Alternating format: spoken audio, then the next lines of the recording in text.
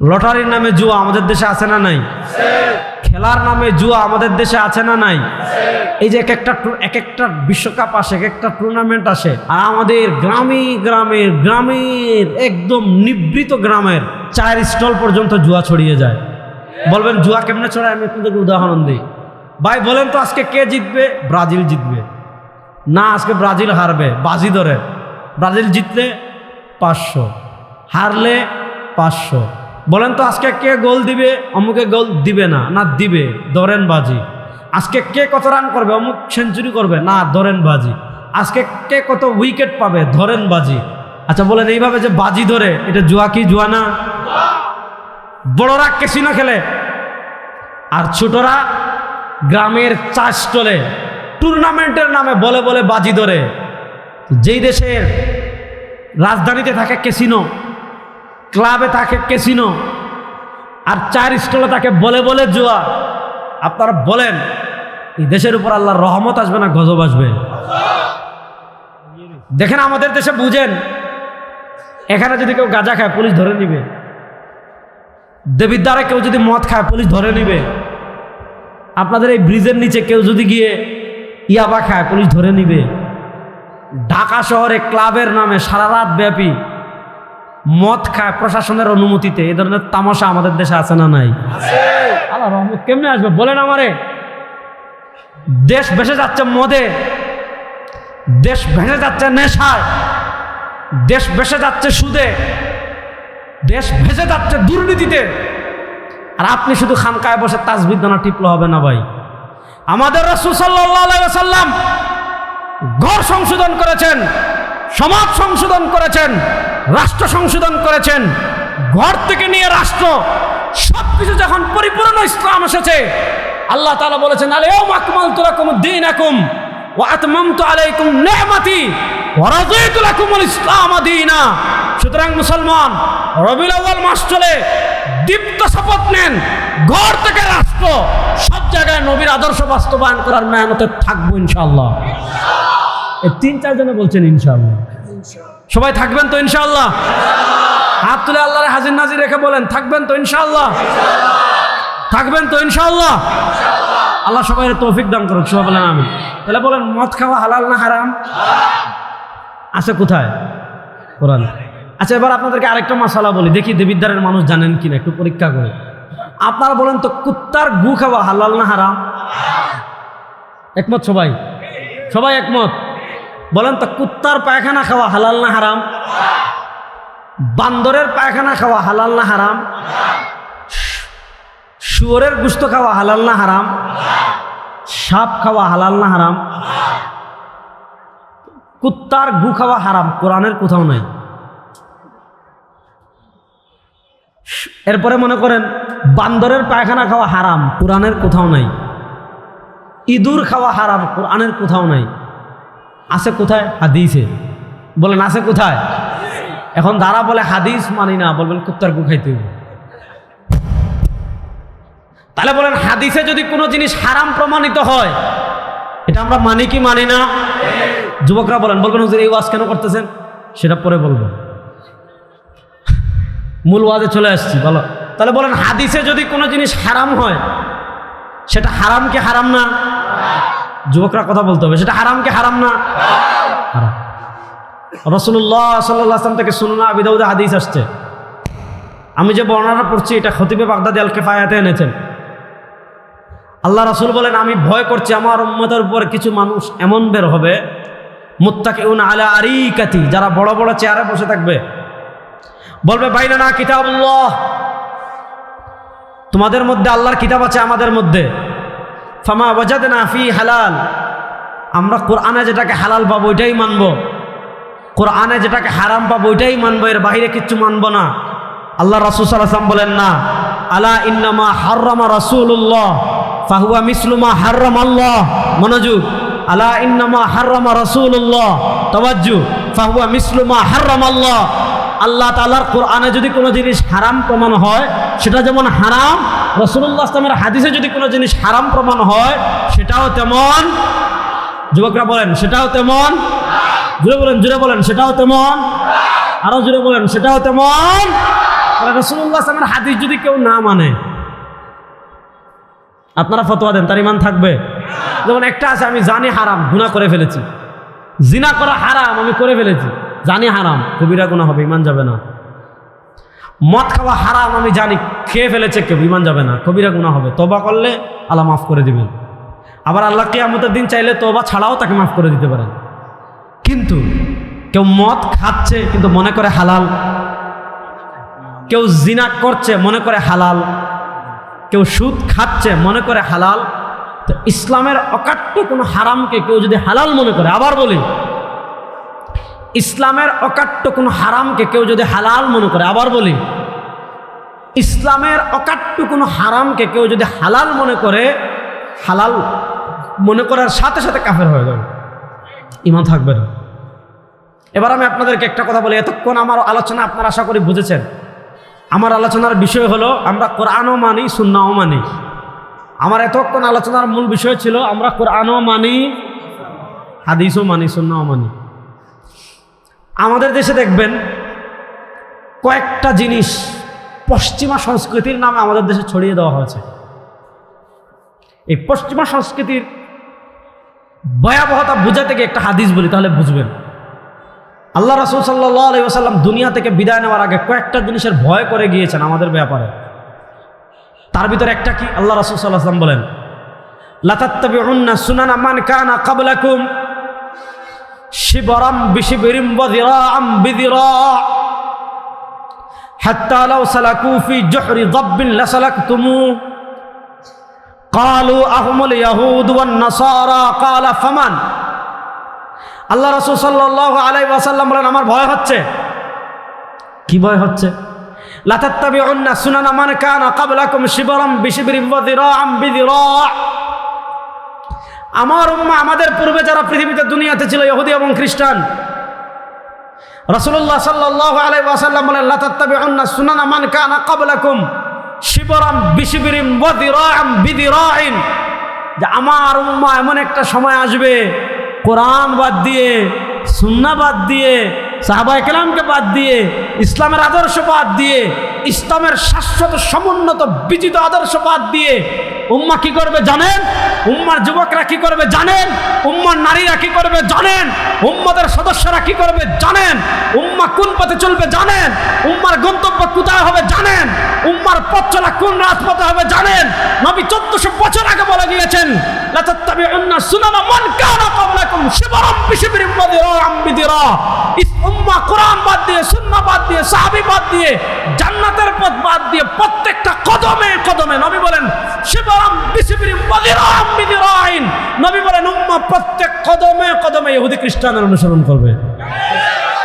ইহুদি খ্রিস্টানের অনুসরণের মাত্রা কতটুকু হবে? আল্লাহ নবী বলেন, হাত্তা লাউ সালাকু ফি জুহরি যাব্বিন। ইহুদি খ্রিস্টানরা যদি সাপের গর্তে প্রবেশ করে, আচ্ছা আপনারা বলেন, সাপের গর্তে প্রবেশ করলে সাপে কামড় দিবে কি দিবে না? আল্লাহ রাসূল সাল্লাল্লাহু আলাইহি ওয়াসাল্লাম রাস্তার গর্তে পেশাব করতে নিষেধ করেছেন, কারণ রাস্তার গর্তে বিষাক্ত প্রাণী থাকতে পারে। এই জন্য রাসূলুল্লাহ সাল্লাল্লাহু আলাইহি ওয়াসাল্লাম রাস্তার গর্তে প্রবেশ করতে নিষেধ, পেশাব করতে নিষেধ করেছেন। আমাদের নবী কত মহান নবী, বলেন না সুবহানাল্লাহ। কেমনে পেশাব করবে এটাও তিনি শিখিয়েছেন, কেমনে ইস্তেঞ্জা করবে এটাও তিনি শিখিয়েছেন, কেমনে গোসল করবে এটাও তিনি শিখিয়েছেন, সুবহানাল্লাহ বলেন। কেমনে পেশাব করবে এটাও যেমন শিখিয়েছেন, কেমনে রাষ্ট্র চালাবো এটাও তেমন শিখিয়েছেন। রাসূলুল্লাহ সাল্লাল্লাহু আলাইহি ওয়াসাল্লাম বলেন, ইহুদি খ্রিস্টানরা যদি সাপের গর্তে প্রবেশ করে, লা সালাকতুমু, মুসলমানরা পিছনে পিছনে দৌড়ে দৌড়ে দৌড়ে দৌড়ে, মানে ইহুদি খ্রিস্টানরা এতটা অন্ধ অনুসরণ করবে, চুপ বুঝে গিয়ে মুসলমানরাও সাপের গর্তে প্রবেশ করবে, ডানে বামে থাকাবে না, কারণ তাদের কিবলা হয়ে যাবে তখন ইহুদি খ্রিস্টানরা। আজকে আমাদের যুবকদেরকে দেখেন, কোথাকার কোন লোক ছেঁড়া প্যান্ট পরছে, এক সপ্তাহের মধ্যে ঢাকা সয়লাভ, এখানে ছেঁড়া, এখানে ছেঁড়া, এখানে ছেঁড়া। এই সমস্ত প্যান্ট আমাদের দেশে নাই। আপনাদের কুমিল্লায় না থাকুক, আমার সিলেটে আমি নিশ্চিত দেখছি ইহুদি খ্রিস্টান একজন এভাবে চুল কাটছে, যেভাবে চুল কাটে সাথে সাথে সেলুনে গিয়ে বলে নেইমার কাটিং দেন, সেলুনে গিয়ে বলে মেসি কাটিং দেন, রোনালদো কাটিং দেন। আমাদের দেশে আছে না নাই? দেখেন 1400 বছর আগে নবী বলে গিয়েছেন যে ইহুদি খ্রিস্টানদের এত অন্ধ অনুসরণ করবে মুসলমান যে এরা যদি সাপের গর্তে প্রবেশ করে মুসলমানও সাপের গর্তে প্রবেশ করবে। আজকে পোশাকের ক্ষেত্রে মুসলমান, ইহুদি খ্রিস্টান মহিলারা যদি প্যান্ট শার্ট পরে মুসলমান মহিলারা প্যান্ট শার্ট পরে, ইহুদি খ্রিস্টান পুরুষেরা যদি সালোয়ার কামিজ পরে মুসলমান পুরুষেরা সালোয়ার কামিজ পরা অলরেডি শুরু করে দিছে। এখন রাস্তা দিয়ে হাঁটলে বেটা না বেটি পার্থক্য করা যায় না। আরে ভাই, বেটা না বেটি পার্থক্য করবে। এখন ট্রান্সজেন্ডারের সিটটা আমাদের দেশে আসছে, পুরুষ মহিলা হয়ে যাচ্ছে। আচ্ছা, যার দাড়ি উঠে, কথা পুরুষের মতো, শরীরের অঙ্গ প্রত্যঙ্গ পুরুষের মতো, আচ্ছা বলেন যাকে, আচ্ছা যুবকরা বলেন, যাকে আল্লাহ পুরুষ বানিয়েছেন, যাকে আল্লাহ পুরুষ বানিয়েছেন, সারা দুনিয়ার চিকিৎসা বিজ্ঞান দেশে মহিলা হতে পারবে? মহিলাদের গর্ভে আল্লাহ তাআলা সন্তান দেন। যে পুরুষ সে সারা দুনিয়ার অপারেশন করে তার পেটে বাচ্চা নিতে পারবে? আর যাকে আল্লাহ মহিলা বানিয়েছেন সে সারা জীবনের অপারেশন করে পুরুষ হতে পারবে? আজকে আমাদের দেশের তামাশা দেখছি, তামাশা।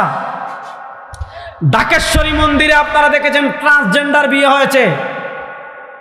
আমি এই গত শনিবারের আগের শনিবার নোয়াখালীর মহাসমাবেশে বলেছিলাম 2024-এর বিপ্লব ট্রান্সজেন্ডারের বিয়ে দেখার জন্য হয় নাই। পুরুষ মহিলা হয়ে যাবে, মহিলা পুরুষ হয়ে যাবে, শরীফ থেকে শরীফা হয়ে যাবে, শরীফা থেকে শরীফ হয়ে যাবে, ছেলে মেয়ে হয়ে যাবে, মেয়ে ছেলে হয়ে যাবে। ওই পশ্চিমাদের বিকৃত ট্রান্সজেন্ডার বাংলাদেশে যদি কেউ প্রমোট করতে চায়, পশ্চিমাদের বিকৃত ট্রান্সজেন্ডার বাংলাদেশে কেউ যদি প্রতিষ্ঠা করতে চায়, পশ্চিমাদের ট্রান্সজেন্ডার বাংলাদেশে যারা প্রতিষ্ঠা করতে চাইবে, পশ্চিমাদের ট্রান্সজেন্ডার বাংলাদেশে যারা প্রমোট করতে চাইবে, বাংলাদেশের তাওহীদি জনতা তাদের সাথে আরেকটা যুদ্ধ করবে ইনশাআল্লাহ। প্রস্তুত আছেন তো যুবকরা? ইনশাআল্লাহ। তামসা করেন বাংলাদেশে। এই বাংলাদেশ আমরা কারো কাছে বর্গা দেই নাই। বলেন, এই বাংলাদেশ কারো বাপের কাছে আমরা বর্গা দেই নাই। বাংলাদেশ কারো মায়ের কাছে আমরা বর্গা দেই নাই। বাংলাদেশ কারো নেতার কাছে আমরা বর্গা দেই নাই। বাংলাদেশ কারো নেত্রীর কাছে আমরা বর্গা দেই নাই। ক্ষমতার নামে যারা ইসলামের দিকে আঙ্গুল তুলবে, শরিয়ার দিকে আঙ্গুল তুলবে, সেই আঙ্গুল ভেঙে টুকরা টুকরা করে দেওয়া হবে ইনশাআল্লাহ। প্রস্তুত আছেন তো যুবকরা? ইনশাআল্লাহ।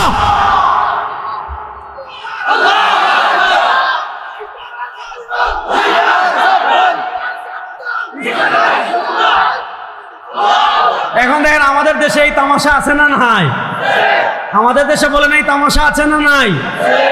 প্রত্যেক সামাজিকভাবে এদেরকে বয়কট করবেন। আপনাদের এলাকায় যদি দেখেন মহিলা হঠাৎ পুরুষ হয়ে গেছে, অথবা পুরুষ যদি দেখেন হঠাৎ মহিলা হয়ে গেছে, সুজা পাবনা পাগলাগারদে পাঠাবেন। আপনাদের টাকা পয়সা আছে আমি জানি। আর যদি দেখেন ভাড়া নাই, আমারে বলেন, আমি দিব ইনশাল্লাহ। না, আপনাদের টাকা আছে, ভাড়া দিতে পারবেন আমি জানি, এটা দুষ্টামি করে বললাম, এটা এক্সপান্ড। তাহলে বলেন, এই যে পশ্চিমাদের যত সংস্কৃতি আছে, সুবহানাল্লাহ। আপনি দেখেন এখন পশ্চিমাদের পুরুষরা কানে দুল পরে, মুসলমান পুরুষরা কানে দুল পরে না? এখানে টেটো করে শরীরে, টেটো। আয় হায় হায়, আমাদের যুবকদেরকে আল্লাহ তাআলা হেফাজত করুন। আস্তে আমিন বলেন, জোরে বলেন, আমাদের যুবকদেরকে আল্লাহ তাআলা হেফাজত করুন। কত ধরনের কুসংস্কার আজকে আমাদের সমাজে ভরে গেছে। আমি যে কথাটা আপনাদেরকে বলতে চাচ্ছিলাম, মূল কথাটা বুঝেন। এই পশ্চিমাদের অনেক বিকৃত সংস্কৃতি, যেগুলো ইসলাম সমর্থন করে না, এগুলো আজ আমাদের দেশে প্রমোট করা হচ্ছে, অথচ এটা ইসলামী শরিয়ার সুসাব্যস্ত হারাম। যেমন আমি আপনাদেরকে একটা উদাহরণ দিই, আপনারা ফতোয়া দেন আগে, তারপর আমি দলিল দিব কয়েকটা। আপনারা বলেন তো, বাজনা হালাল না হারাম? কারো সন্দেহ আছে? অনেকে বলে হুজুর কি বলে জান, একজনে তো আমারে চ্যালেঞ্জ দিছে। কি চ্যালেঞ্জ দিছে জানেন? যে এই লোক বেশি কথা বলে, বলতেছে আপনি কোরআন শরীফ থেকে একটা আয়াত দেখান যে আল্লাহ বলেছে আল মিজমার হারাম। যে কোরআনুল কারীমের একটা আয়াত দেখান যে আয়াতে আল্লাহ বলেছেন বাজনা হারাম, আল মিজমার হারাম, এই শব্দে কোরআনের কোনো আয়াত নাই। আচ্ছা, আমি কিছুক্ষণের জন্য কোরআনে আসে, অবশ্যই বাজনা হারাম কোরআনে আছে, কিন্তু আপনি সমস্যা হইল, আপনি যদি ইবলিসের চশমা দিয়ে তালাশ করেন তাহলে কোরআনুল কারীমে আপনি বাজনা হারাম এটা পাবেন না। আর আপনি যদি ইবলিসের চশমা খুলে ইবনে আব্বাসের চশমা লাগান, আব্দুল্লাহ ইবনে মাসউদ রাদিয়াল্লাহু তাআলার চশমা লাগান, ইবলিসের চশমা খুলে যদি সাহাবা ইকরামের চশমা লাগান, কোরআনেই পেয়ে যাবেন। আচ্ছা, কিছুক্ষণের জন্য ধরে নিলাম কোরআনে নাই, কিছুক্ষণের জন্য ধরলাম। আচ্ছা, আপনারা বলেন আমাদের কাছে দলিল শুধু কোরআন না হাদিস? আবার বলি, কিছুক্ষণ আমি আগে বলেছি কোরআনে আছে, আপনি পাবেন না। কেন পাবেন না? কারণ আপনি যে চশমা দিয়ে তালাশ করছেন, ওই চশমা তখন সাহাবা ইকরামের চশমা না, এটা আপনি পড়েছেন মিস্টার ইবলিস। মিস্টার ইবলিসের চশমা দিয়ে আপনি পাবেন না। আপনি লাগান না ইবনে মাসউদের চশমা, আপনি লাগান ইবনে আব্বাসের চশমা, আপনি লাগান সাহাবা ইকরামের চশমা, ইবনে ওমরের চশমা, কোরআনেই পেয়ে যাবেন ইনশাআল্লাহ। আচ্ছা, ধরে নিলাম কিছুক্ষণের মধ্যে ধরে নিলাম যে কোরআনে নাই, এজন্য আপনি হারাম মানতে চাচ্ছেন না, ঠিক আছে। তাকে আপনি কি করবেন? সাপ নিয়ে যাবেন, সাপ। যে বলবে বাজনা হারাম, কোরআনে নাই, একজন তো সংসদে বলেছে, আমি কুতুবে সিত্তা তিরমিজি মিশকাত পড়েছি, আমি তিরমিজি মিশকাত পড়েছি, কোথাও পাই নাই। আরে বাবা রে বাবা। আচ্ছা যাক, তাহলে আমরা কি শুধু কোরআন মানি না সুন্নাহও মানি? এখন আপনি আগে বলেন হাদিস মানি কি, হাদিস মানেন কি না? যে বলবে যে বাজনা হারাম কোরআন থেকে দেখান, তাকে আগে বলেন আপনি হাদিস মানেন কিনা এটা বলেন। যদি বলেন না আমি হাদিস মানি না, তো যে হাদিস মানে না সে তো কাফের। আর যার ঈমান নাই তার সাথে বাজনা হালাল না হারাম এটা কোনো আলোচনা করার দরকার আছে? যার ঈমান, যদি বলে না আমি হাদিস মানি না, তাহলে যে বলবে হাদিস মানি না, এখন দিন না রাত? কিছু মানুষের সন্দেহ আছে মনে পিচ্ছি, এখন দিন না রাত? আমার চোখে চশমা আসেনি, আমার সামনে মাইক আছে, আমি আপনাদের সামনে বসা, আপনারা আমার সামনে বসা, এগুলো সত্য না মিথ্যা? এখন যেমন রাত, এটা যেমন সত্য, এখন আমি ওয়াচ করছি, এটা যেমন সত্য, আপনাদের সামনে আমি বসে আছি, এটা যেমন সত্য, আপনারা আমার সামনে বসে আছে, এটা যেমন সত্য, তার থেকে বড় সত্য হলো যারা বলবে হাদিস মানি না তারা কাফের। বলেন, যারা বলবে হাদিস মানি না তারা। এখন যারা বলবেন আপনি বাজনা হারাম কোরআন থেকে দেখান, তাদের কাছে প্রথমে এটা বলবেন আপনি হাদিস মানেন কিনা, এটা আগে বলেন। হ্যাঁ, আপনি হাদিস মানেন কিনা এটা আগে বলেন। যদি বলেন হাদিস মানি, তাহলে কতটা হাদিস লাগবে? আসেন,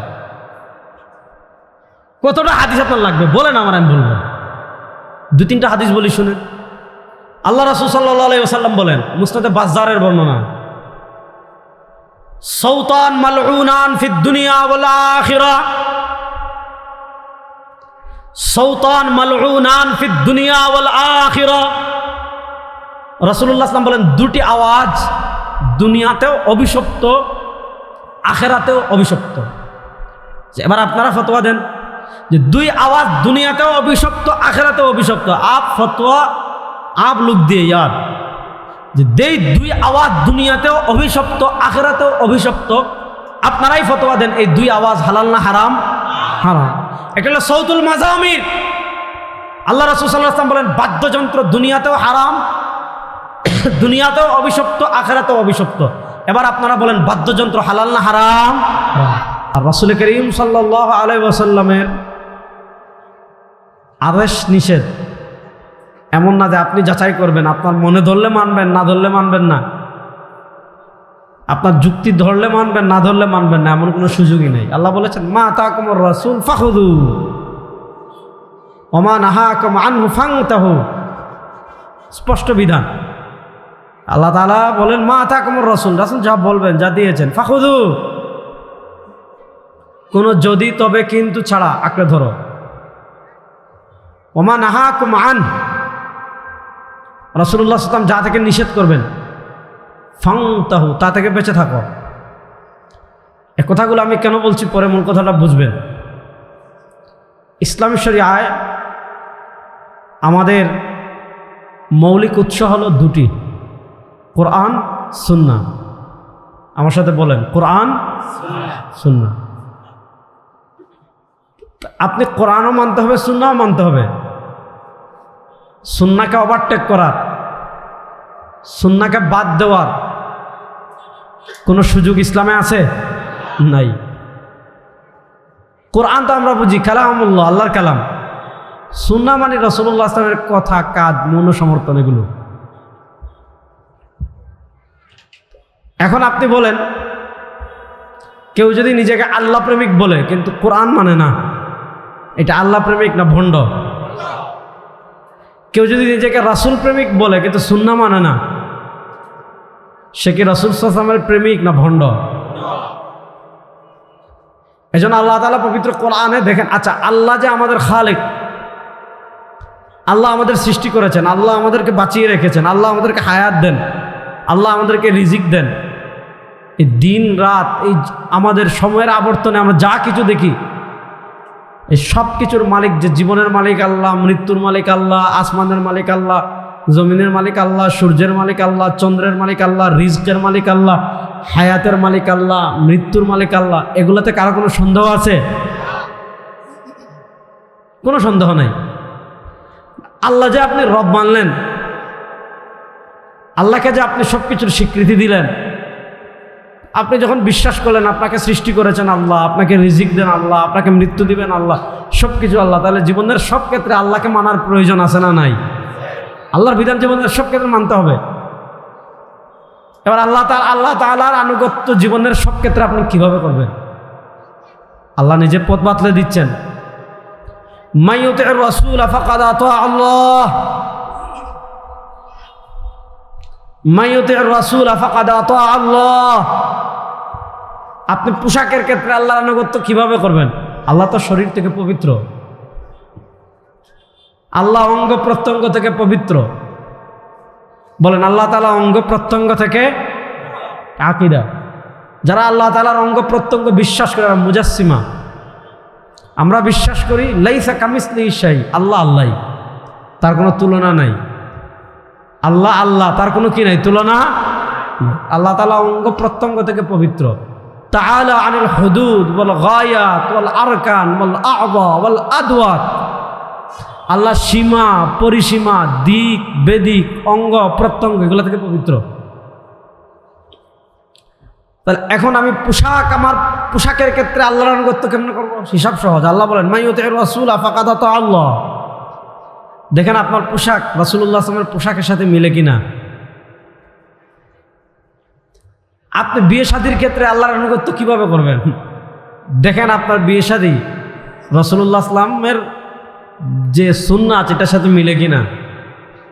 আপনি হাঁটার ক্ষেত্রে আল্লাহর আনুগত্য কেমনে করবেন? দেখেন আপনার হাঁটা মুস্তাফার হাঁটার সাথে মিলে কিনা। আপনি খাবারের ক্ষেত্রে আল্লাহর আনুগত্য কেমনে করবেন? দেখেন আপনার খাবারটা রাসূলুল্লাহ সাল্লাল্লাহু আলাইহি ওয়াসাল্লামের খাবার পদ্ধতির সাথে মিলে কিনা। আপনি ঘুমানোর ক্ষেত্রে আল্লাহর আনুগত্য কেমনে করবেন? দেখেন আপনার ঘুমানো রাসূলুল্লাহ সাল্লাল্লাহু আলাইহি ওয়াসাল্লামের ঘুমানোর সাথে মিলে কিনা। আপনি ব্যবসা করার ক্ষেত্রে আল্লাহর আনুগত্য কেমনে করবেন? দেখেন আপনার ব্যবসা রাসূলুল্লাহ সাল্লাল্লাহু আলাইহি ওয়াসাল্লামের প্রদত্ত শরিয়ার ব্যবসার মূলনীতির সাথে মিলে কিনা। আপনি রাজনীতির ক্ষেত্রে আল্লাহর আনুগত্য কেমনে করবেন? দেখেন আপনার রাজনীতি রাসূলুল্লাহ সাল্লাল্লাহু আলাইহি ওয়াসাল্লামের রাজনীতির সাথে মিলে কিনা। আপনি রাষ্ট্র পরিচালনার ক্ষেত্রে আল্লাহ তাআলার আনুগত্য কেমনে করবেন? দেখেন আপনার রাষ্ট্র পরিচালনা রাসূলুল্লাহ সাল্লাল্লাহু আলাইহি ওয়াসাল্লামের রাষ্ট্র পরিচালনার সাথে মিলে কিনা। আপনি বিচারের ক্ষেত্রে আল্লাহর আনুগত্য কেমনে করবেন? দেখেন আপনার বিচার রাসূলুল্লাহ সাল্লাল্লাহু আলাইহি ওয়াসাল্লামের বিচারের সাথে মিলে কিনা। মান ইউতি'র রাসূল ফাকাদ আতা আল্লাহ। যাদের জীবনের সব জায়গায় রাসূলুল্লাহ সাল্লাল্লাহু আলাইহি ওয়াসাল্লামের আদর্শ পাওয়া যাবে তারাই প্রকৃত আশিকে রাসূল। আর যাদের জীবনে রাসূলুল্লাহ সাল্লাল্লাহু আলাইহি ওয়াসাল্লামের আদর্শ নাই, এরা যত বড় আশিকে রাসূল বলে এরা এই ভণ্ড প্রতারক ছাড়া কিছু না। মান ইউতি'র রাসূল ফাকাদ আতা আল্লাহ। আল্লাহ তাআলা বলেছেন যারা রাসূলুল্লাহ সাল্লাল্লাহু আলাইহি ওয়াসাল্লামের আনুগত্য করবে, ফাকাদ আতা আল্লাহ। রাসূলুল্লাহ সাল্লাল্লাহু আলাইহি ওয়াসাল্লামের আনুগত্য করার অর্থ হলো আল্লাহর আনুগত্য করা। এবার আসেন আমি পরের প্রসঙ্গে যাই। আল্লাহ তাআলা আমাদেরকে আসমানি কিতাব দিয়েছেন কোরআন। কোরআন কালামুল্লাহ, আল্লাহর কালাম। আমার সাথে বলেন কোরআন কালামুল্লাহ। এটা আমাদের আকীদা। আল্লাহ তাআলা যেমন কাদিম, অনাদি অনন্ত, আল্লাহ তাআলার সিফাত যেমন কালামুল্লাহ আল্লাহর সিফাত, এটাও অনাদি অনন্ত। তো যে জিনিসটা আমি বোঝাতে চাচ্ছি, আল্লাহ তাআলা আমাদেরকে কালামুল্লাহ দিয়েছেন কোরআন। আল্লাহ তাআলা কোরআন দিয়ে এই কোরআনের ব্যাখ্যাকারক হিসাবে দিয়েছেন আমাদের নবী ইমামুল আম্বিয়া জনাবে মুহাম্মদুর রাসূলুল্লাহ। মুহাব্বতে বলেন না, জনাবে মুহাম্মদুর রাসূলুল্লাহ সাল্লাল্লাহু আলাইহি ওয়াসাল্লামকে। দেখেন রাসূলুল্লাহ সাল্লাল্লাহু আলাইহি ওয়াসাল্লামের সুন্নাহ হলো কোরআনের ব্যাখ্যা। আবার বলি, রাসূলুল্লাহ সাল্লাল্লাহু আলাইহি ওয়াসাল্লামের সুন্নাহ হলো কোরআনের ব্যাখ্যা। আপনি কোরআনের উপর আমল করতে হলে সুন্নাহ ছাড়া কোরআনের উপর অনেক জায়গায় আমল করতে পারবেন না।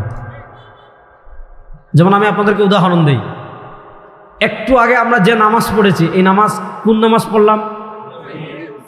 বুঝি কুমিল্লার ভাইরা আমার উপর রাগ নাকি?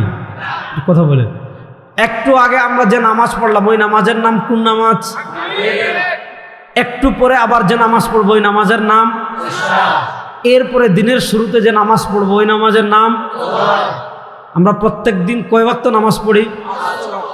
আচ্ছা বলেন, এই 5 ওয়াক্ত নামাজ পড়া নফল? জি কয়, শুনছেন?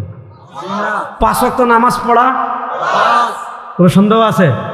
আচ্ছা এবার আপনারা ফতোয়া দেন, যদি কেউ 5 ওয়াক্ত নামাজ ফরজ না মানে তার ঈমান থাকবে? জোরে বলেন, তার ঈমান থাকবে? আচ্ছা এবার আপনারা বলেন, এই যে মাগরিবের নামাজ পড়লেন, মাগরিবের নামাজের ফরজ পড়লেন কয় রাকাত? আপনারা কুমিল্লায় পড়ছেন 3 রাকাত, তাই তো? সিলেটে পড়ছে কয় রাকাত? ঢাকাতে পড়েছে কত রাকাত? হারাম শরীফে কত রাকাত? মক্কায় কত রাকাত? মদিনায় কত রাকাত? পৃথিবীর সব জায়গায় সব মুসলিম মাগরিবের নামাজ পড়ে কয় রাকাত? এশার নামাজ পড়ে কত রাকাত? ফজরের নামাজের ফরজ পড়ে কয় রাকাত? 2 রাকাত। আপনি কোরআনুল কারীমের কোথাও পাবেন না যে ফজর নামাজ 2 রাকাত, কোথাও নেই। আপনি কোরআনুল কারীমের কোথাও পাবেন না মাগরিবের নামাজ 3 রাকাত, কোথাও নাই। আপনি কোরআনুল কারীমের কোথাও পাবেন না এশার নামাজ 4 রাকাত। কোরআনে কি আছে? আকিমুস সালাহ, নামাজ প্রতিষ্ঠা করো। কোরআনে কি আছে? ইন্নাস সালাতা কানাত আলাল মুমিনিনা কিতাবাম মাওকুতা। ইন্নাস সালাতা কানাত আলাল মুমিনিনা কিতাবাম মাওকুতা। ওয়াক্ত মতো নামাজ পড়ো, এটা কোরআনে আছে। কিন্তু ফজরের নামাজের ওয়াক্ত এই সময় শুরু, এই সময় শেষ। জোহরের নামাজের ওয়াক্ত এই সময় শুরু, এই সময় শেষ। মাগরিবের নামাজের ওয়াক্ত এই সময় শুরু, এই সময় শেষ। এশার নামাজের ওয়াক্ত এই সময় শুরু, এই সময় শেষ। ফজরের নামাজে এত রাকাত, জোহরের নামাজ এত রাকাত, মাগরিবের নামাজ এত রাকাত, এশার নামাজ এত রাকাত। আল্লাহু আকবার, নামাজ শুরু করলাম, আসসালামু আলাইকুম ওয়া রাহমাতুল্লাহ, আসসালামু আলাইকুম ওয়া রাহমাতুল্লাহ। নামাজ শেষ করলাম, সিফাতু সালাতিন নবী মিনাত তাকবীর ইলা তাসলিম। এই যে আল্লাহু আকবার বলে আমি নামাজ শুরু করলাম, আসসালামু আলাইকুম ওয়া রাহমাতুল্লাহ বলে আমি নামাজ শেষ করলাম। এই যে নামাজের স্ট্রাকচার, এই যে নামাজের বডি, এই যে আল্লাহু আকবার বলে হাত তুললাম, হাত ধরলাম, হাত বাঁধলাম, রুকু করলাম, সামি আল্লাহু লিমান হামিদা বললাম, রব্বানা ওয়া লাকাল হামদ বললাম, সুবহান রাব্বিল আযীম পড়লাম, সুবহান রাব্বিল আলা পড়লাম, আল্লাহ আত-তাহিয়াতু লিল্লাহি ওয়া সালাওয়াতু ওয়াত তাইয়্যিবাত পড়লাম, আল্লাহুম্মা সাল্লি আলা মুহাম্মদ পড়লাম, আল্লাহুম্মা বারিক আলা মুহাম্মদ পড়লাম, আল্লাহুম্মা ইন্নী যালামতু নাফসি যুলমান কাসীরা ওয়া লা ইয়াগফিরু যুনুবা ইল্লা আনতা ফাগফির লি মাগফিরাতাম মিন ইনদিকা ওয়ারহামনি ইন্নাকা আনতাল গফুরুর রহিম যে পড়লাম। কোরআনুল কারীমে এত বিস্তারিত ডিটেইলস আপনি পাবেন না। কোরআনুল কারীমে আল্লাহ শুধু বলেছেন আকিমুস সালাহ, নামাজ প্রতিষ্ঠা করেন। কখন করব, কিভাবে করব, কত রাকাত করব? মনোযোগ, আল্লাহ তাআলা বলেছেন আকিমুস সালাহ, নামাজ প্রতিষ্ঠা করো। প্রশ্ন হলো নামাজ কোথায় প্রতিষ্ঠা করব, কখন প্রতিষ্ঠা করব, কিভাবে প্রতিষ্ঠা করব? বিস্তারিত ব্যাখ্যা আল্লাহ করেন নাই। আল্লাহ বলেছেন আকিমুস সালাহ, কখন করব, কিভাবে করব, কত রাকাত করব, বিস্তারিত ব্যাখ্যা করেছেন ইমামুল আম্বিয়া জনাবে মুহাম্মদুর রাসূলুল্লাহ। এখন আপনি যদি বলেন আমি হাদিস মানি না, বর্তমানে বাংলাদেশে একদল আছে না নাই? কতভাবে আছে রে ভাই, কতভাবে মানুষ হাদিস অস্বীকার করে। আচ্ছা এবার যারা বলে আমরা হাদিস মানি না, ভালো করে বুঝেন, তাহলে তারা বলবেন আপনি নামাজটা পড়ে দেখেন হাদিস ছাড়া, আর কিছু লাগবে না। আপনি 2 রাকাত নামাজ পড়ে দেখান, তাহলে আমরা কোরআনও মানি, হাদিসও মানি। বলেন আমরা কোরআনও মানি। আরো সহজ করে বলি, আরেকটা উদাহরণ দিই, আরো সহজ করে বুঝবেন। ইসলামের 5 স্তম্ভের একটা স্তম্ভের নাম যাকাত। যে নেশাব পরিমাণ মালের মালিক হয় এবং এই সম্পদ তার কাছে 1 বছর থাকে, তার উপর যাকাত দেওয়া ফরজ। বলেন তার উপর যাকাত দেওয়া। আল্লাহ তাআলা কোরআনুল কারীমের একাধিক জায়গায় নামাজের সাথে যাকাতের কথা বলেছেন। আকিমুস সালাহ ওয়া আতুজ যাকাত। হযরত আবু বকর সিদ্দিক রাদিয়াল্লাহু তাআলা আনহু রাসূল করিম সাল্লাল্লাহু আলাইহি সাল্লামের ইন্তেকালের পর কি বলেছিলেন? যে আগে রাসূলুল্লাহ সাল্লাল্লাহু আলাইহি যুগের যাকাত আদায় করতে একটা রশি দিত, সেই রশি যদি এখন নিষেধ করে যে দিব না, যুদ্ধ করব, আপনি যাকাত না দেন গুনাহগার হবেন। কিন্তু জাকাত অস্বীকার করলে কাফের। জাকাত অস্বীকার করলে কি? ইসলামের সুদ হারাম। বলেন ইসলামের সুদ হারাম। আপনাদের সন্দেহ আছে মনে হয় না? ইসলামের সুদ হারাম বলেন না, যুবকরা বলেন ইসলামের সুদ হারাম। আরো জোরে বলেন ইসলামের সুদ হারাম। আরো জোরে বলেন ইসলামের সুদ হারাম। যে সুদ খায় তার উপর আল্লাহর লানত, যে সুদ দেয় তার উপর আল্লাহর লানত, যে সুদের সাক্ষী থাকে তার উপর আল্লাহর লানত, যে সুদের সহযোগিতা করে তার উপর আল্লাহর। আমাদের দেশে শান্তি কেমনে হবে ভাই? ঘরে ঘরে সুদ। এখন তো সুদের নাম বদলাই দিছে, এখন নাম তো ইন্টারেস্ট। এখন সুদের নাম কি করে ফেলেছে? শুনেন, মুসলমানরা পৃথিবীতে লাঞ্ছিত বঞ্চিত আজকে, কোনো সন্দেহ নাই।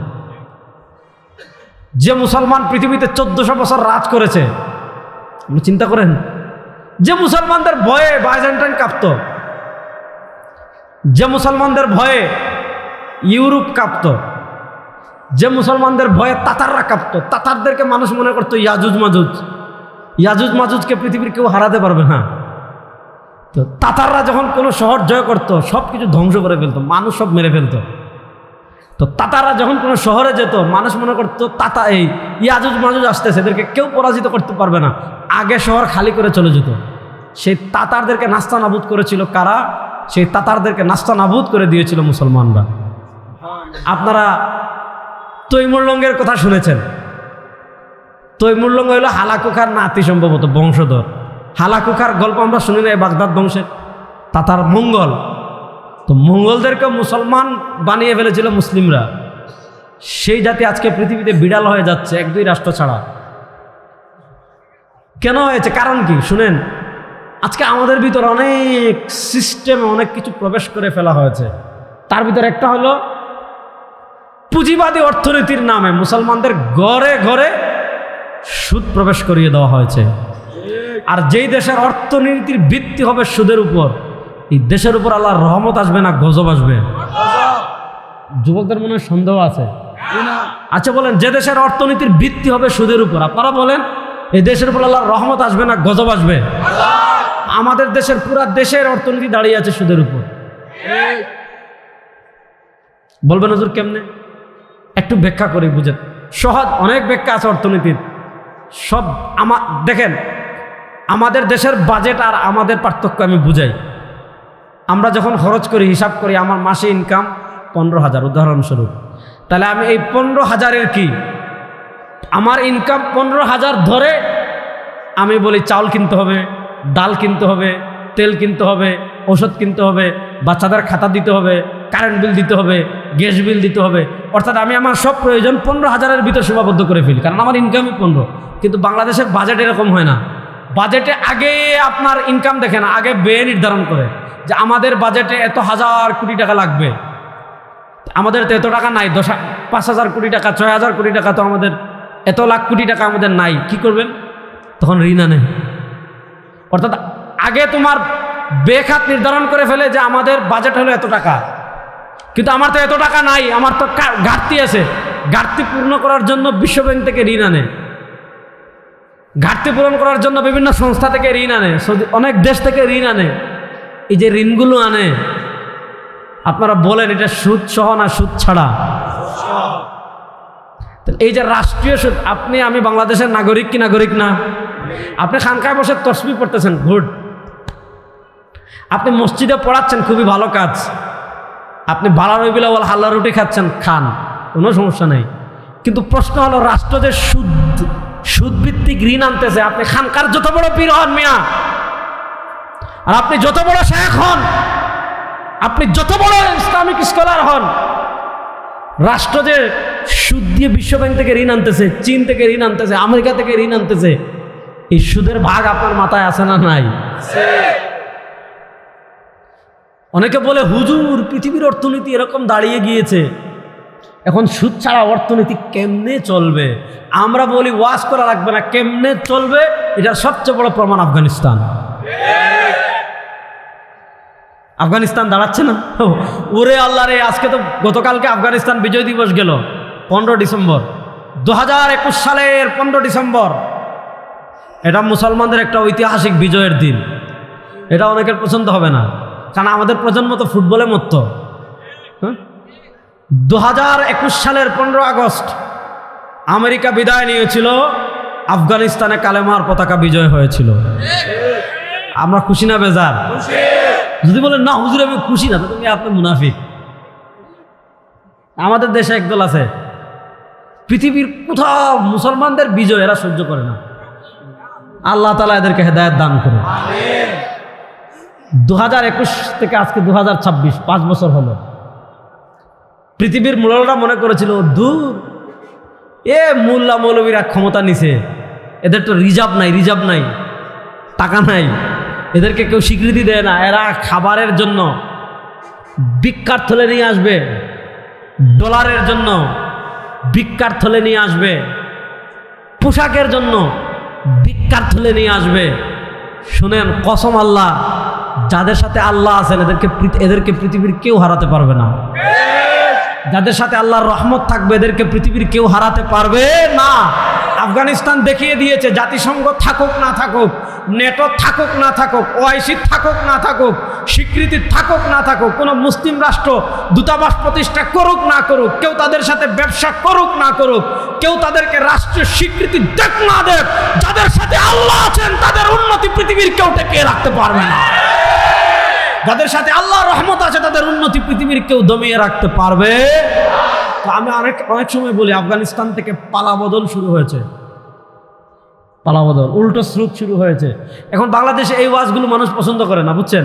এখন আমি যদি মনে করেন আল্লাহর জন্য বিরে দিয়া, আল্লাহ গেলেন গাইব হইয়া, রাসূলের জন্য খাজায় পাইয়া, খাজায় ঘুমায় আজমিরে, কেউ ফিরে না খালি হাতে খাজা তোমার দরবারে, যুবকরা বলবে হুজুর কিন্তু ওয়াজ করছে, সেই ওয়াজ হয়েছে কিন্তু আজকে। শুনেন যুবকরা,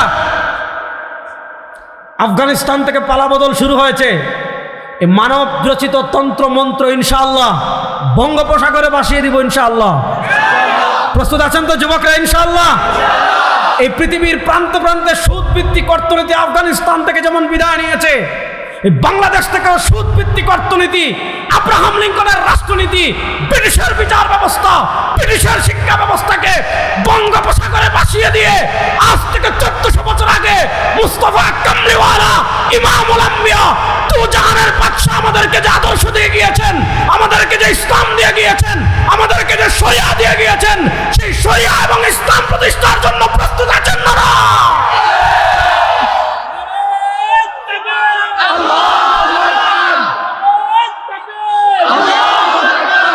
প্রস্তুত আছেন তো যুবকরা? ইনশাআল্লাহ। এটাই হলো সবচেয়ে বড় ইশকে রাসূল। রাসূল সাল্লাল্লাহু আলাইহি ওয়াসাল্লাম যে ইসলামের জন্য দান শহীদ করেছেন, রাসূলুল্লাহ সাল্লাল্লাহু আলাইহি ওয়াসাল্লাম যে ইসলামের জন্য দান শহীদ করেছেন। আল্লাহু আকবার বলেন, আল্লাহু আকবার। ভাই কিপটামি করেন, একটু জোরে বলেন আল্লাহু আকবার। বুঝলাম না, আমি দেবিদ্বারের যুবকরা এরকম আমি তো জানি না। হ্যাঁ, একটু মহব্বতে বলেন আল্লাহু আকবার। এটা আমাদের পাওয়ার, বুঝছেন। এটা ঘটনা বলি, শুনেন। উহুদ যুদ্ধে আপনারা জানেন রাসূলুল্লাহ সাল্লাল্লাহু আলাইহি ওয়াসাল্লাম আহত হয়েছিলেন। আজকে আমরা ইসলামকে মিঠা বানাই ফেলছি, যে ইসলাম মানেই খাওয়া, মিষ্টি খাবো, জিলাপি খাবো, খিচুড়ি খাবো, বিরিয়ানি খাবো, কোনো কষ্ট নাই। অথচ রাসূলুল্লাহ সাল্লাল্লাহু আলাইহি ওয়াসাল্লাম দান শহীদ হয়ে গিয়েছে।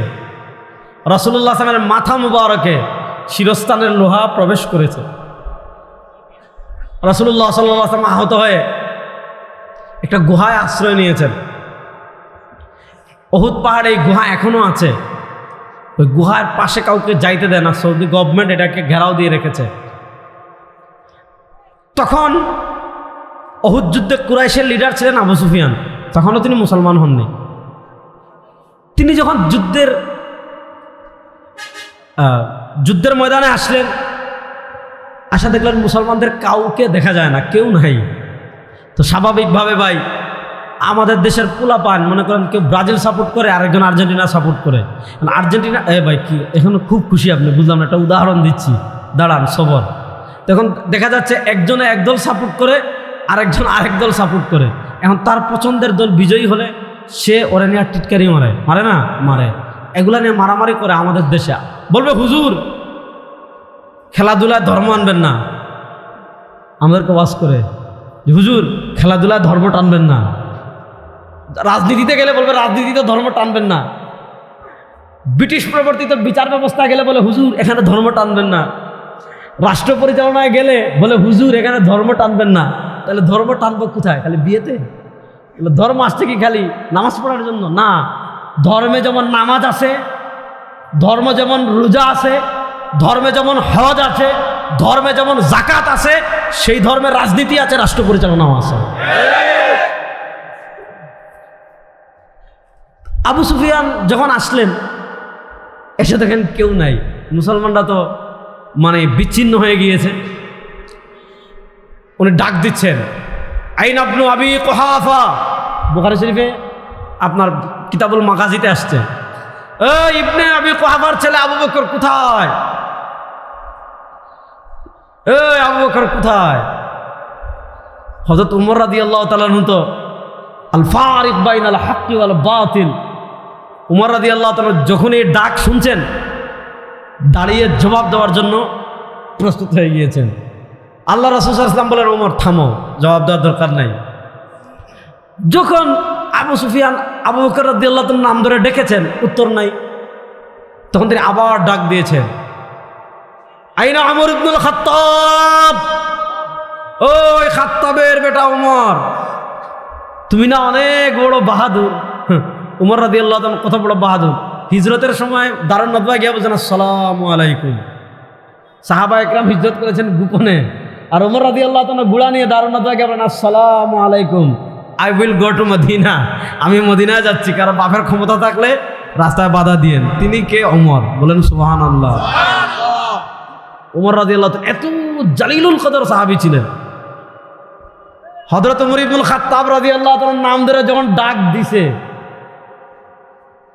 আপনি চিন্তা করেন ওনার অবস্থা তখন কি হবে। আল্লাহ রাসূল বলেন, ওমর শান্ত হও। আবু সুফিয়ানের সাহস তখন আরো বেড়ে গেছে। বলেন, আইন ইবনু আবদুল্লাহ, ও আব্দুল্লাহর বেটা মুহাম্মদ সাল্লাল্লাহু আলাইহি সাল্লাম কোথায়? রাসূলুল্লাহ সাল্লাল্লাহু আলাইহি ওয়াসাল্লাম খালি ওমরকে থামান। না, আবু সুফিয়ান দেখলেন কিরে, তিনজনে ডাকলাম কেউই উত্তর দেন না। তখন তিনি বলছেন, উলু হুবাল। উলু মানে জয় হুবাল, আমরা বলি না জয় অমুক। আপনি বলেন না? ও আচ্ছা, শুনেন, উলু হুবাল মানে হুবালের জয় হোক। উলু মানে সবচেয়ে বড়, সমুন্নত হোক, উঁচু হোক। আল্লাহ রাসূল সাল্লাল্লাহু আলাইহি ওয়াসাল্লাম বলেন, উমর এত করে আমাদেরকে ডাকছে, ধৈর্য ধরছি, আর তো ধৈর্য ধরা যায় না। জমিন কার?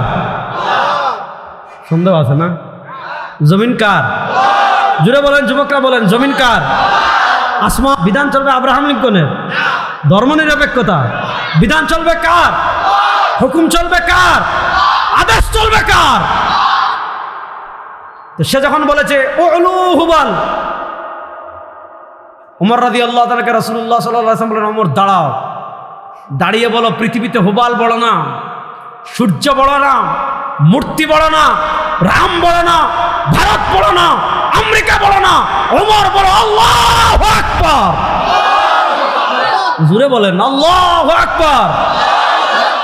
ওমর রাদিয়াল্লাহু তাআলা দাঁড়িয়ে বলেন আল্লাহু আকবার।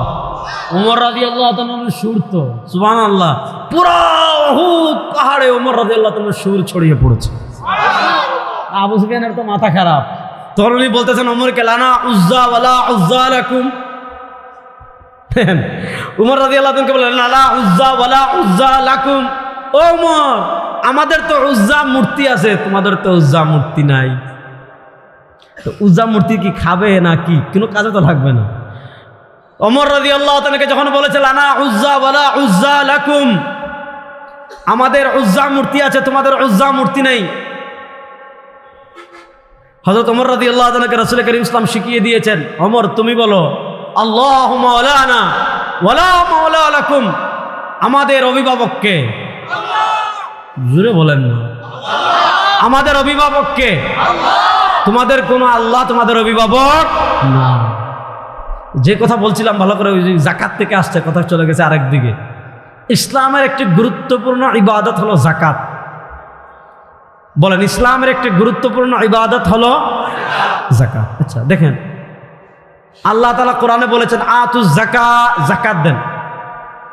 মনোযোগ, আল্লাহ তাআলা কোরআনে বলেছেন আতুজ যাকাত, যাকাত দেন। মনোযোগ, তাওয়াজ্জুহ। আল্লাহ তাআলা কোরআনে বলেছেন আতুজ যাকাত, যাকাত দেন। প্রশ্ন হলো কিসের যাকাত দিব? মনোযোগ, কোন জিনিসের যাকাত দিব? কোন জিনিস কতদিন থাকলে যাকাত দিব? কোন জিনিস কতটুকু থাকলে যাকাত দিব? কি হিসাবে যাকাত দিব? আল্লাহ তাআলা আর ব্যাখ্যা করেননি। আল্লাহ তাআলা আর ব্যাখ্যা করেননি। আল্লাহ তাআলা বলেছেন আতুজ যাকাত, যাকাত দেন। কিন্তু কোন জিনিসের যাকাত দিব? কোন জিনিস কতটুকু থাকলে যাকাত দিব? কোন জিনিস কতটুকু থাকলে যাকাত দিব? কোন জিনিসের কত পার্সেন্ট থাকলে যাকাত দিব? আল্লাহ তাআলা ব্যাখ্যা করেননি। আল্লাহ তাআলা বলেছেন আতুজ যাকাত, যাকাত দেন। কোন জিনিসের যাকাত দিব, কোন জিনিস কতটুকু থাকলে যাকাত দিব, কতদিন থাকলে যাকাত দিব, কত পার্সেন্ট যাকাত দিব, বিস্তারিত ব্যাখ্যা করেছেন জনাবে মুহাম্মদুর রাসূলুল্লাহ। এই রাসূলুল্লাহ সাল্লাল্লাহু আলাইহি ওয়াসাল্লামের ব্যাখ্যার নাম সুন্নাহ। বলেন রাসূলুল্লাহ সাল্লাল্লাহু আলাইহি ওয়াসাল্লামের ব্যাখ্যার নাম সুন্নাহ। বলেন রাসূলুল্লাহ সাল্লাল্লাহু আলাইহি ওয়াসাল্লামের ব্যাখ্যার নাম সুন্নাহ। এখন বলেন কোন বিধান যদি কোরআনে আসে এটা আমরা মানি কি মানি না? কথা বলেন। কোন জিনিস কোরআনে মদ খাওয়া, সন্দেহ আছে মনে হয় না? তাহলে বলেন যুবকরা বলেন মদ খাওয়া, গাঁজা খাওয়া, জুয়া খেলা, সন্দেহ আছে? আল্লাহ কোরআনে বলেছেন ইয়াসআলুনাকা আনিল খামরি ওয়াল মাইসির। আল্লাহ বলেছেন ইন্নামাল খামরু ওয়াল মাইসির ওয়াল আনসাব ওয়াল আজলাম রিজসুম মিন আমালিশ শাইতান। আজকে কতভাবে আমাদের যুবকদেরকে জুয়া দিয়ে ধ্বংস করে দেওয়া হচ্ছে। والصلاة والسلام على أشرف الأنبياء والمرسلين وعلى آله وأصحابه أجمعين.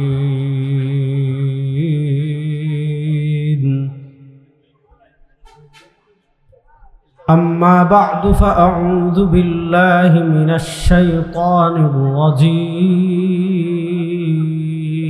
الرجيم. بسم الله الرحمن الرحيم.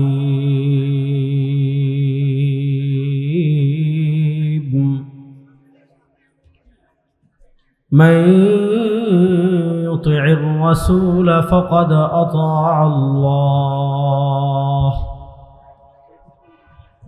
بارك الله لنا ولكم في القرآن العظيم ونفعنا وإياكم بالآيات والذكر الحكيم. وقال رسول الله صلى الله عليه وسلم إنه من يعش منكم بعدي فسيرى اختلافا كثيرا فعليكم بسنتي وسنة الخلفاء الراشدين المهديين تمسكوا بها وعضوا عليها بالنواجذ أو كما قال عليه الصلاة والسلام. দারুন নাজাত মাদ্রাসা জাফরগঞ্জ বাজার দেবিদ্বার কুমিল্লার হাফেজ হাফেজা ছাত্রছাত্রীদের সম্মাননা প্রদান উপলক্ষে আজকের এই পঞ্চম বার্ষিক ওয়াজ মাহফিলে আল্লাহ রাব্বুল ইজ্জত ওয়াল জালাল আমাদেরকে এই প্রতিকূল আবহাওয়ার মাঝেও সালাতুল মাগরিবের পর আল্লাহ তাআলা দ্বীনি মজলিসে আমাদেরকে আসার বসার কথা বলার কথা শোনার তৌফিক দান করেছেন। আমরা সবাই একবার আল্লাহ রাব্বুল ইজ্জত ওয়াল জালালের দরবারে অন্তরের অন্তঃস্থল থেকে মন খুলে উচ্চ আওয়াজে সবাই একবার কালেমাতুশ শুকর আদায় করি আলহামদুলিল্লাহ।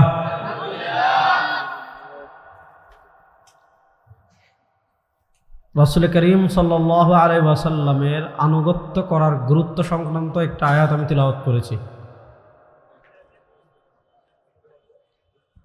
আল্লাহ তাআলা পবিত্র কোরআনে বলেছেন, মাইয়ুতি'র রাসূল,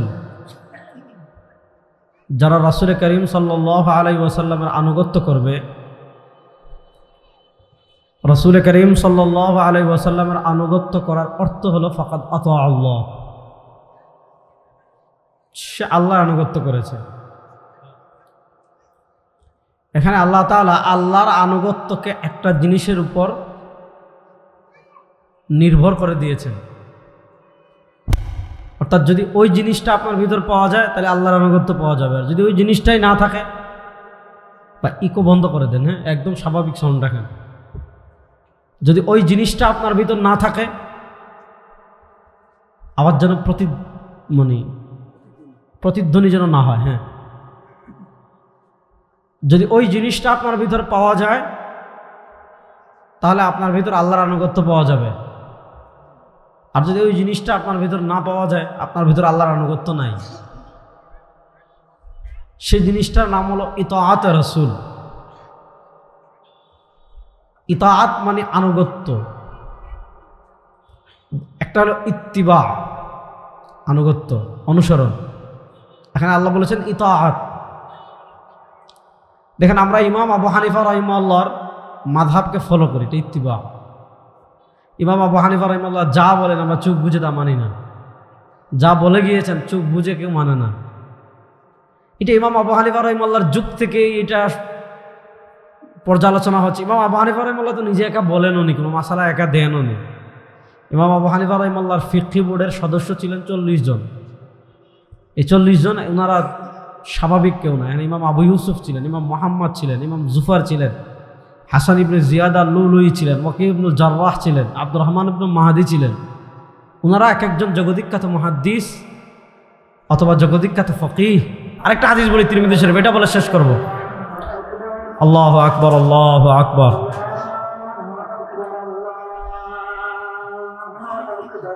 আল্লাহু আকবার, আল্লাহু আকবার। ঠিক আছে, আল্লাহ তাআলা যে কথাগুলো বললাম আমাকে আপনাকে সবাইকে আমল করার তৌফিক দান করুন। সুবহানাকাল্লাহুম্মা বিহামদিকা আশহাদু আল্লা ইলাহা ইল্লা আনতা আস্তাগফিরুকা ওয়া আতুবু ইলাইক।